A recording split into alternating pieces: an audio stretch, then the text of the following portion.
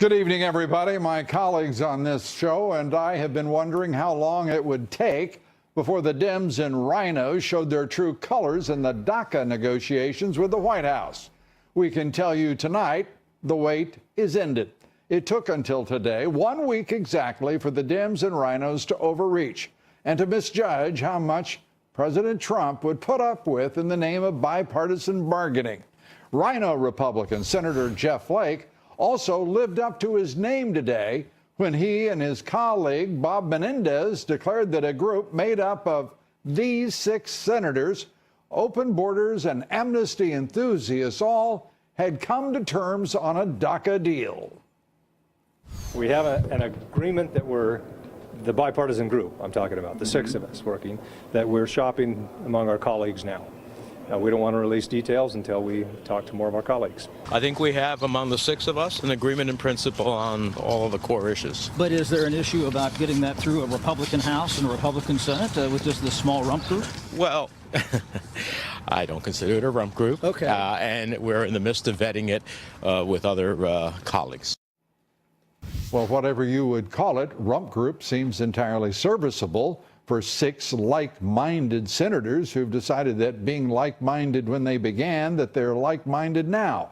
Senator Menendez, who just 2 months ago was facing trial for corruption.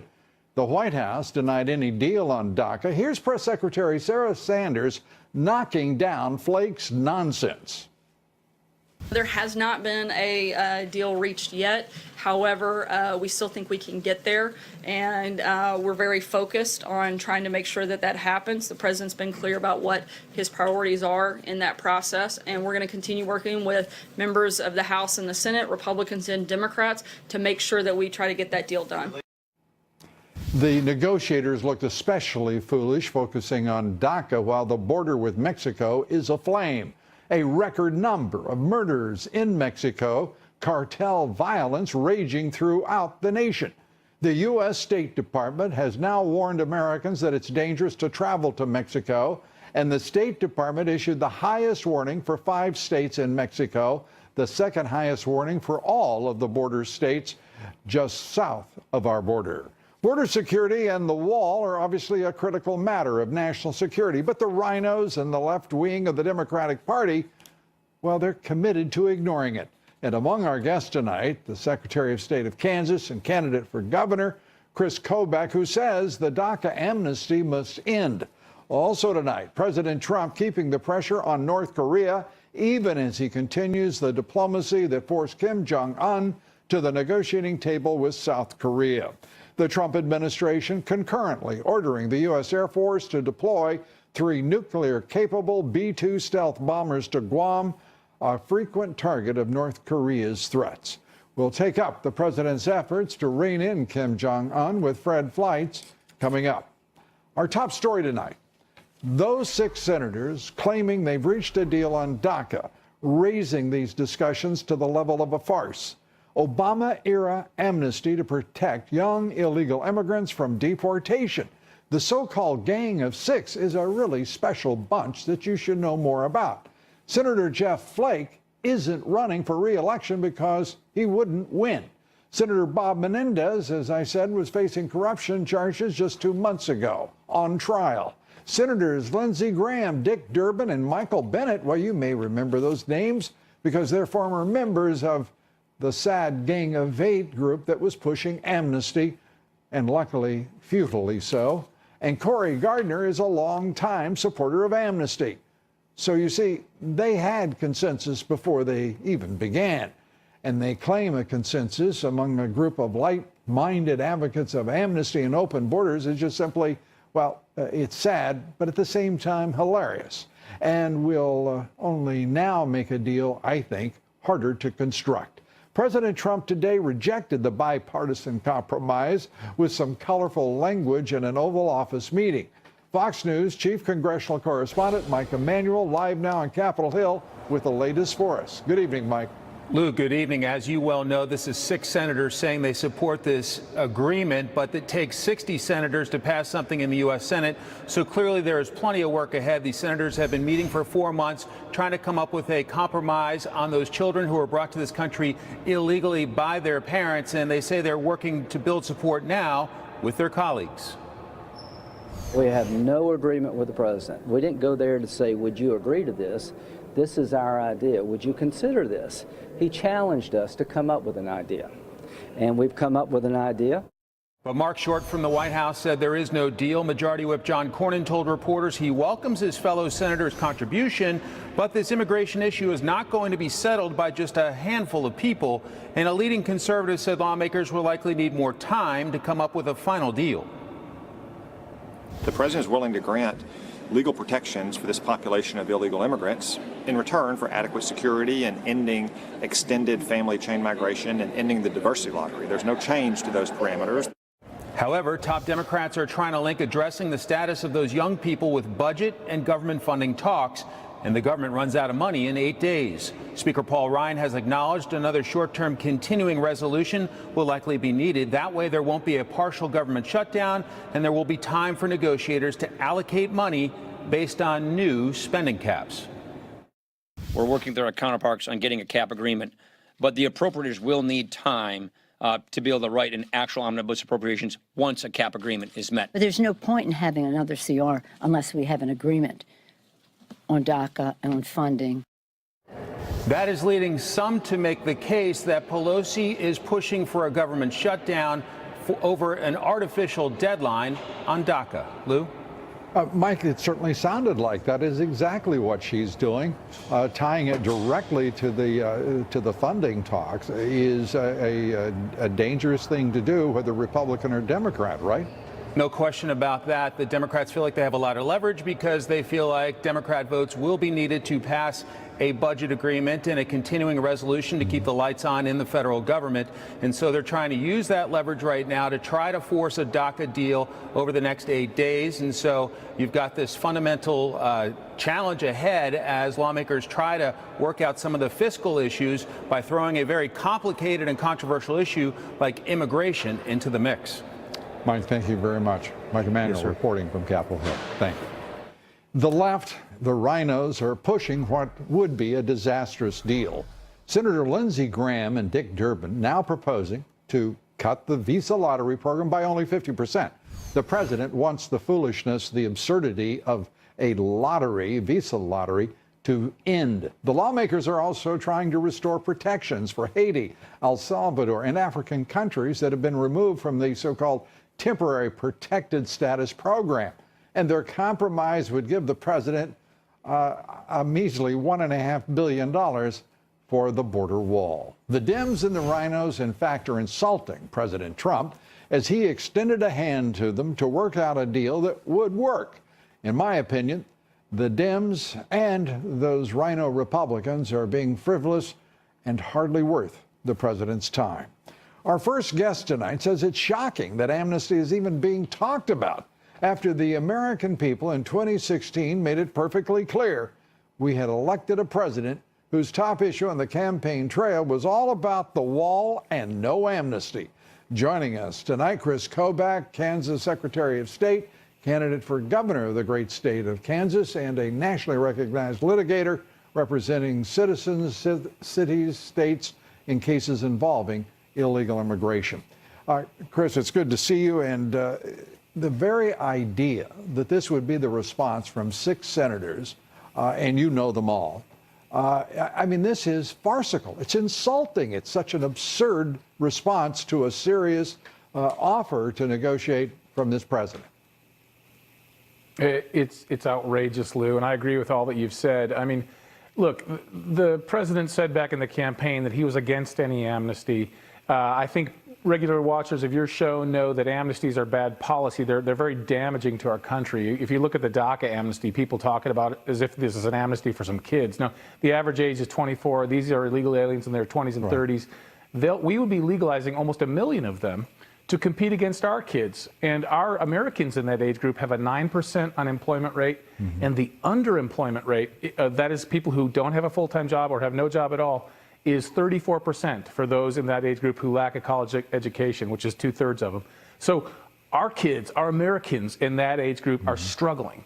And to legalize this contingent of DACA aliens to compete against our own is bad policy. So we would only consider that. I would only consider that. And you've never heard me say I've ever would think an amnesty would be okay. If it was guaranteed, if that's all it was, no additional bells and whistles on that amnesty. Right. But there were a lot of law enforcement things to counterbalance it. And I think in addition to what the president mentioned on the Tuesday meeting, you've also got to have mandatory E-Verify nationwide, which is basically what the Goodlatte bill does. It does the three things the president asked for plus E-Verify. If you do all that, yeah, then maybe we could stomach the bad policy of an amnesty. Well, the president, to his great credit, brought in Bob Goodlatte, the chairman of the Judiciary Committee, author of the bill that you referenced, and Senator Tom Cotton. But against the backdrop of those 6 senators, I cannot tell you how disturbing it is that they would try to run a game so insulting to the President of the United States, whether it's his name is Obama, Bush, or Trump. That's an insult to the office. It is disgusting that they would even play that kind of game. Yeah, the starting position should be what the president laid out at that extraordinary Tuesday meeting. It should, for these 6 guys to go off and say, hey, we'll take a souped-up DACA amnesty with a bunch of additional amnesties tacked on, and we'll give you a tiny morsel, Mr. President, of what you asked for. It is insulting, and it just kind of shows how far off to the left these individuals are. And Dianne Feinstein sitting across from the president last Thursday, saying suddenly, well, you know, Mr. President, we got a great deal for you. We'll take a clean DACA bill, giving us the left and the establishment right, everything that we've asked for, plus we'll give you comprehensive immigration reform, which is what the same group have demanded for the past 12 years. I mean, it's just extraordinary. It really was, and it just shows you. I think to a certain extent, Senator Feinstein had maybe been encouraged by some of the Republicans in the room saying, "Oh yeah, we want to do DACA. We've got to do DACA." But my point, Lou, is we don't have to do DACA. It's bad for our country, and we would only consider doing it under circumstances where it was a very good deal for the American people. And those 6 senators you've been describing, that deal doesn't even come close being anything good for America. And this president has put forward the Trump doctrine, which is America first. Absolutely. How those 6 senators could even imagine they could sell such nonsense to the president is beyond me. Chris Kobach, as always, good to see you. Thank you. Great to see you, Lou. We're coming right back. Much more straight ahead. Stay with us. Walmart is boosting its minimum wage and handing out bonuses. And who made that possible? President Trump. Walmart is the latest company to make such an announcement, directly result of the Tax Cuts Act. And they join over 130 other companies across the nation who have already given such relief. We take up the soaring economy under this president with Ed Rollins. And 2 days after rivers of mud wreaked havoc on Southern California, rescuers are still searching for survivors. We'll have a full update on the devastating toll of the deadly mudslides here next. Stay with us. On the next The Trump administration today announced it will now open the door for states to impose work requirements for recipients of Medicaid. Medicaid enrollment for the runaway welfare program has soared to 75 million people. Almost 1 out of every 5 Americans is on Medicaid. Medicaid is spending 30% of all state budgets. The number of working age, able-bodied adults on the program has now quadrupled since 2000, 28 million people. And the fiscal cost of illegal immigration not doing much better, crushing taxpayers as well. Each year shelling out approximately $135 billion to cover the costs incurred as a result of illegal immigration, amounting to a tax burden of approximately $8,000 for each illegal immigrant. California Senator Dianne Feinstein offering up one of the weakest rationalizations, explanations, ever for endangering a congressional investigation, saying that she leaked the transcripts of Fusion GPS founder Glenn Simpson's testimony behind closed doors without the approval of the Senate Judiciary Committee Chairman Chuck Grassley for a very simple reason. She wasn't feeling well. The one regret I have is that I should have spoken with Senator Grassley before. And I don't make an excuse, but I've had a bad cold, and maybe that slowed down my mental facilities a little bit. Joining us tonight, former Reagan political director, Fox business contributor, Ed Rollins. Ed, great to have you with us. Let's turn to Dianne Feinstein. I've got to tell you, after looking at the transcript, I'm glad she did it, to be honest. I think entirely too much of all of this investigation into the nonsense has been behind closed doors. The American people need to demand that every chairman turn over whatever the heck they've got. I couldn't agree more. I mean, I think the whole premise of having hearings that are open to the public is to let voters know what's actually going on. And so much of these things have been behind closed doors, witnesses behind closed doors. You know, once in a great while, there's some confidential information that you don't want to have disclosed, but not the general premise of all these hearings. Dianne Feinstein is going to see her cold and her inability to pass on and ask the permission of the chairman in advertising this year when she runs again for re-election. I can guarantee you that. It's about the weakest excuse I've ever seen. I had a cold, so I couldn't. And she'd been the chairman of the committee, so she knows how important it is for the chairman and her. Well, let's be honest. She wasn't really very much of a chairman. I mean, for crying out loud, John Brennan, then the head of the CIA, under President Obama, spied on the Senate Intelligence Committee, chaired by Senator Feinstein. She didn't do a thing about it. I didn't say she was a good chairman. I simply stated she was the chairman, so she understands the rules and the regulations. I took it a little farther. Yes, you took it correctly. As I often do. Further, yes. Often do. Let's go to this bull with these 6 senators, 3 rhinos, and 3 left-wingers. And the next thing you know, they've reached consensus on, of all things, illegal immigration and specifically DACA, and had the effrontery to stand before cameras and talk about Menendez and Flake, about what a great accomplishment they had made. Well, for the 2 of them to agree, I'm sure that's great. You just need 60 more, or at least 58 more members to go along with them, which I don't see that happening. You know, I think to a certain extent, this whole gang of 8, gang of 6, whatever, we need to get back to let committees run their committees. Chairmen need to run the committees. They need to basically come up with a comprehensive bill. You don't like the word comprehensive, but the comprehensive to me means security and immigration reform. Well, let's talk about comprehensive, because comprehensive, it's also important to talk about the sequence of whatever is in that comprehensive. Security first. Where in the, I mean, the president is not saying build the wall first. He's saying give us the funding for it. Their first installment on that came back at another $1.5 billion. The only problem with all those things, a lot of promises get made, and especially when you're dealing with money. And they're lying through their teeth. And it never happens. You know, I mean, I've watched this immigration battle before, in which a lot of money was allocated, never got spent. And I think to a certain extent, we need the guarantee that this border is going to be secure, more secure than it is today. And I think the president and his people have done an extremely effective job of reducing the numbers of illegals coming across. By the way, that has reversed itself. We are now seeing those levels back to Obama-era numbers. And at the same time, Mexico, which is the source of most of the methamphetamines, marijuana, cocaine, and heroin that enter this country.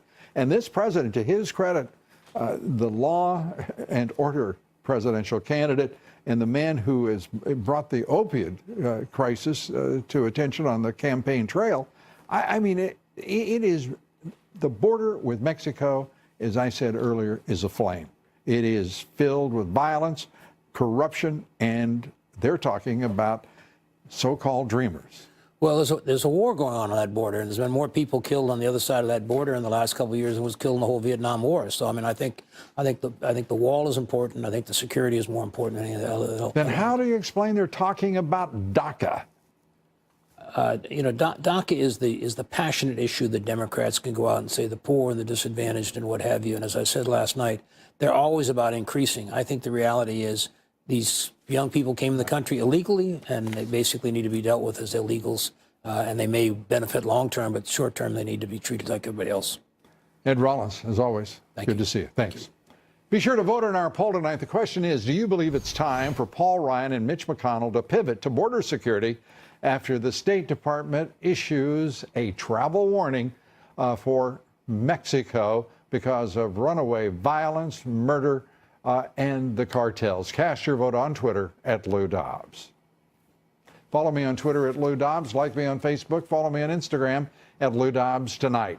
Rescue efforts continue in Southern California, where 17 people were killed. 8 are now missing following a series of deadly mudslides. A driver in Burbank was caught on video driving for his life, trying to outrun that rushing river of mud and debris running down a local street. On Wall Street, stocks closed at record highs. The Dow surging 206 points to a new record. The S&P also at a new record, up 19. The Nasdaq up 58 points. All 3 indexes at record highs. Volume on the big board today picking up to 3.6 billion shares. Walmart, the country's biggest employer, raising its minimum wage and giving employees bonuses, all because of the Trump tax overhaul. Walmart, one of more than 130 companies giving bonuses or increased benefits since the tax reform bill passed. And a reminder to listen to my reports 3 times a day, coast to coast on the Salem Radio Network. Up next, President Trump prays for transparency and openness. Congress, however, isn't following his lead. No. They're getting too cute by half, as they say. I'll take it up next to my commentary. We'll be right back.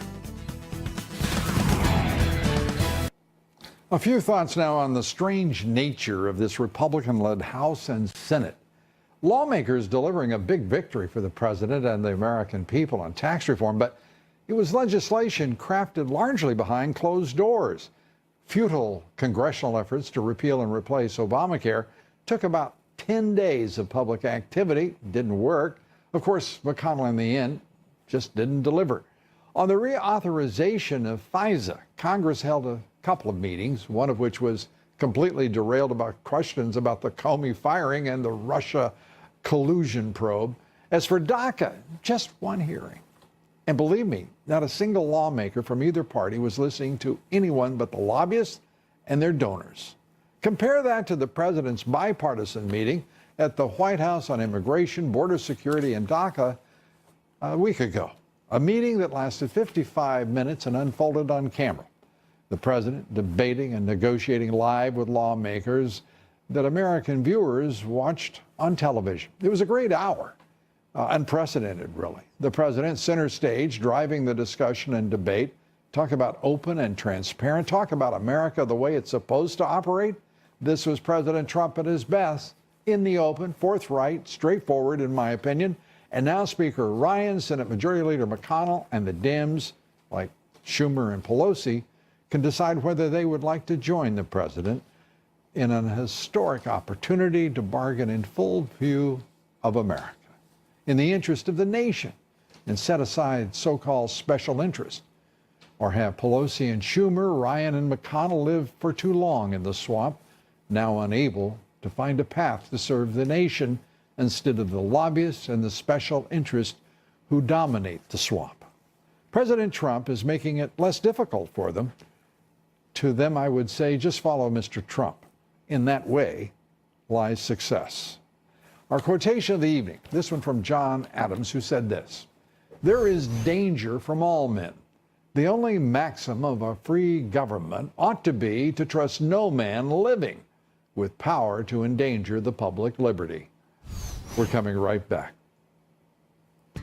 The House of Representatives has voted to renew a foreign surveillance program despite privacy concerns by the commander-in-chief. The president doesn't feel that we should have to choose between protecting American citizens and protecting their civil liberties. He wants to do both. But what's the bigger threat? Big government or big technology? We take that up with Greg Jarrett here tonight. And this extreme sports junkie conquering mountain paths no bike has ever been on before. We'll show you the stunning performance from the French Alps here next. Stay with us. We're coming right back. The House today voting to renew the government's foreign citizen surveillance program. It's known as Section 702 of the FISA bill. Critics say big government can't be trusted, but you don't hear much about big technology's astronomical expansion and contraction of American rights. Facebook is now planning to launch a home video chat device that would rival Amazon's Echo and Google Home.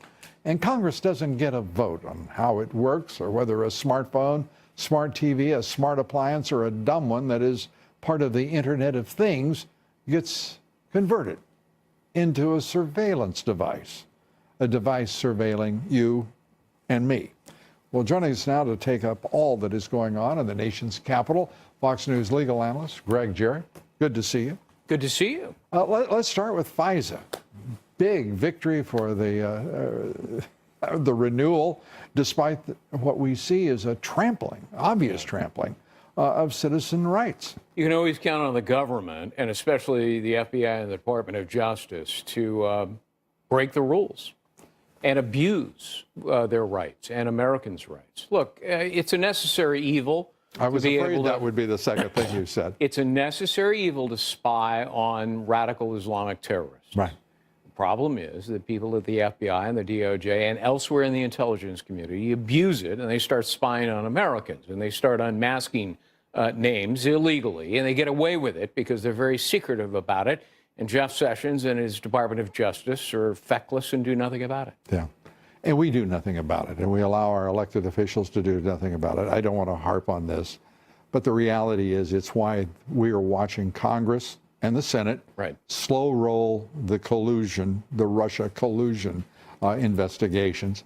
It's why they are behind closed doors, no other reason, rather than letting the American public see what's going on and what they did.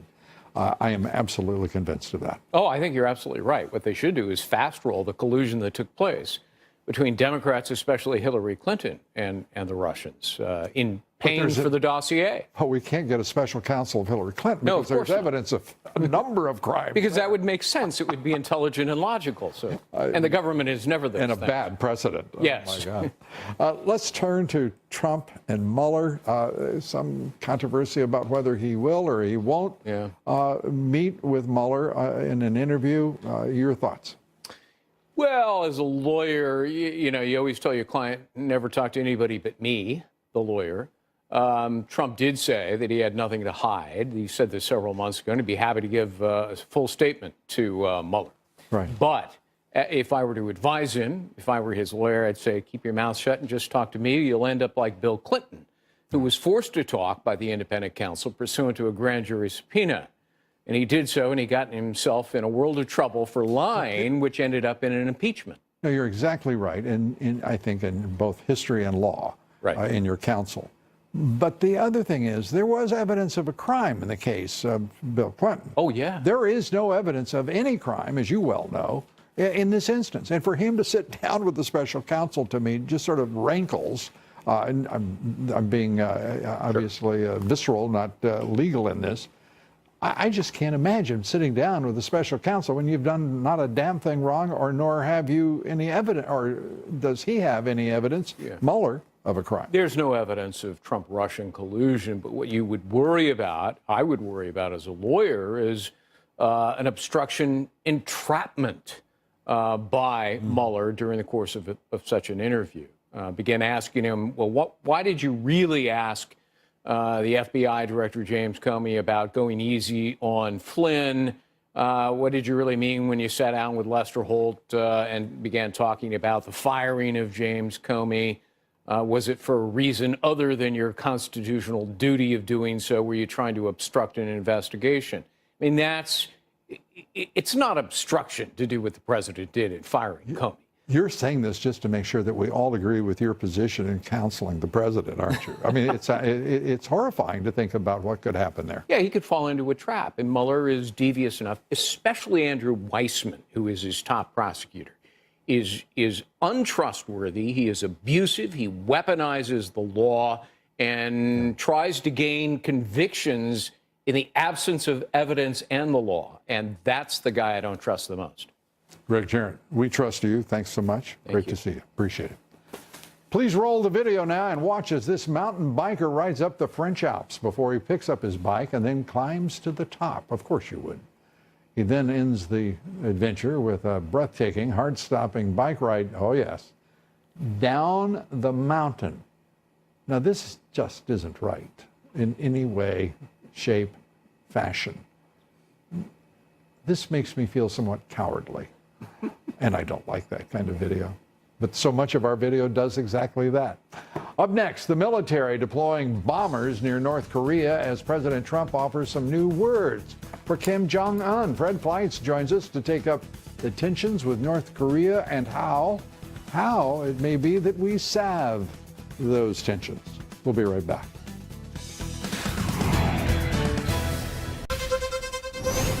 The U.S. Air Force has dispatched 3 B-2 stealth bombers and 200 air personnel to Guam.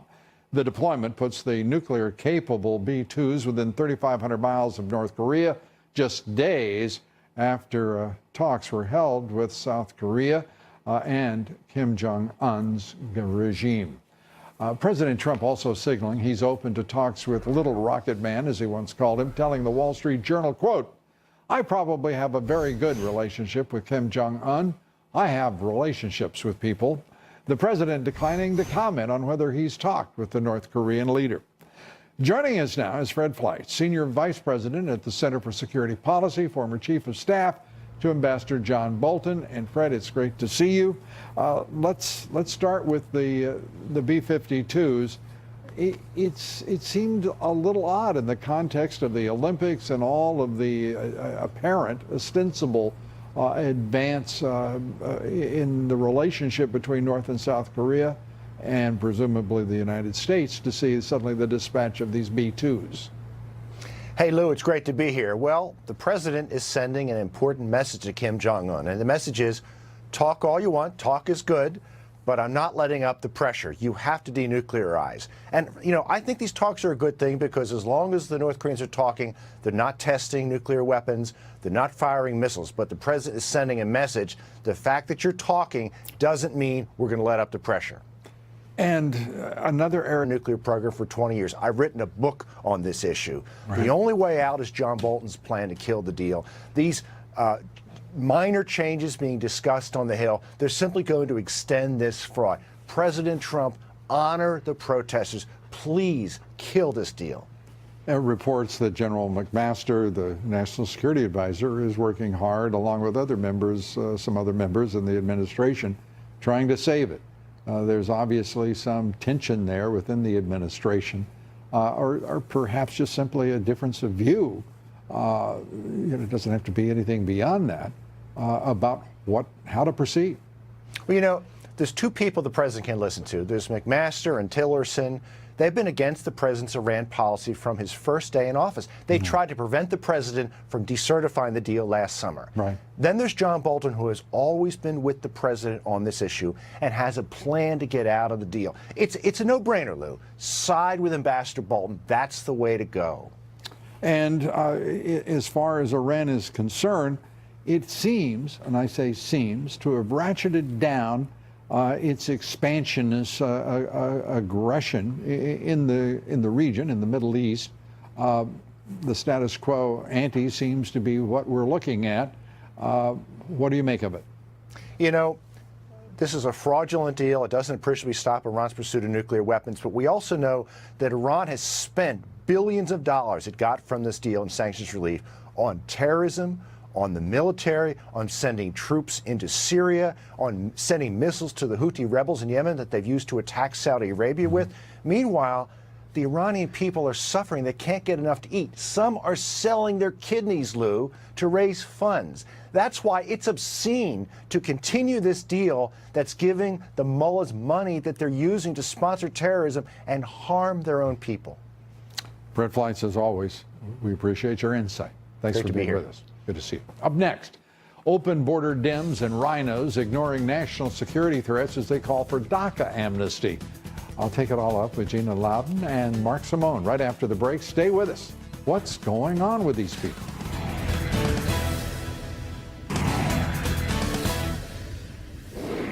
In our online poll, we asked, do you believe the future of DACA should be in the hands of President Trump and Congress, not activist left-wing judges? 97% of you say yes.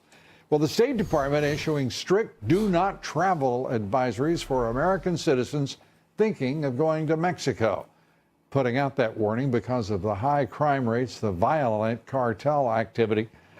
These 5 states, one of which shares a border with the United States, now elevated to level 4 status, the highest level of threat. Wars between rival drug cartels making many of these areas just simply battlefields in which kidnappings, carjackings, and murder are all just part of life in Mexico, and it's remarkable, utterly ignored in Washington. Joining me now, Gina Loudon. She's political analyst, member of President Trump's Media Advisory Board. Great to see you, Gina. And radio talk show host. Good to be with you, Lou. For New York's WOR, Mark Simone. Good to see you. Good to be here. Gina, let's start with everybody's talking about DACA right now, it seems, in Washington, while Mexico is a narco state in the grip of the deadliest violence in its history. It really is, Lou, and I can speak very personally to this because I just moved to Florida from San Diego, California, where I could literally see the Tijuana Mountains behind me. And so I've spent a lot of time in Mexico, and I can tell you it has gotten progressively more dangerous. The government there is very corrupt, and the people know it, and those dangers bleed across the border and cost American lives. And that's why this border wall is so important. Well, you know, the president has, throughout the campaign, throughout his first year in office, has focused on the cartels. He's the only president in American history to actually say he's going to stop the cartels.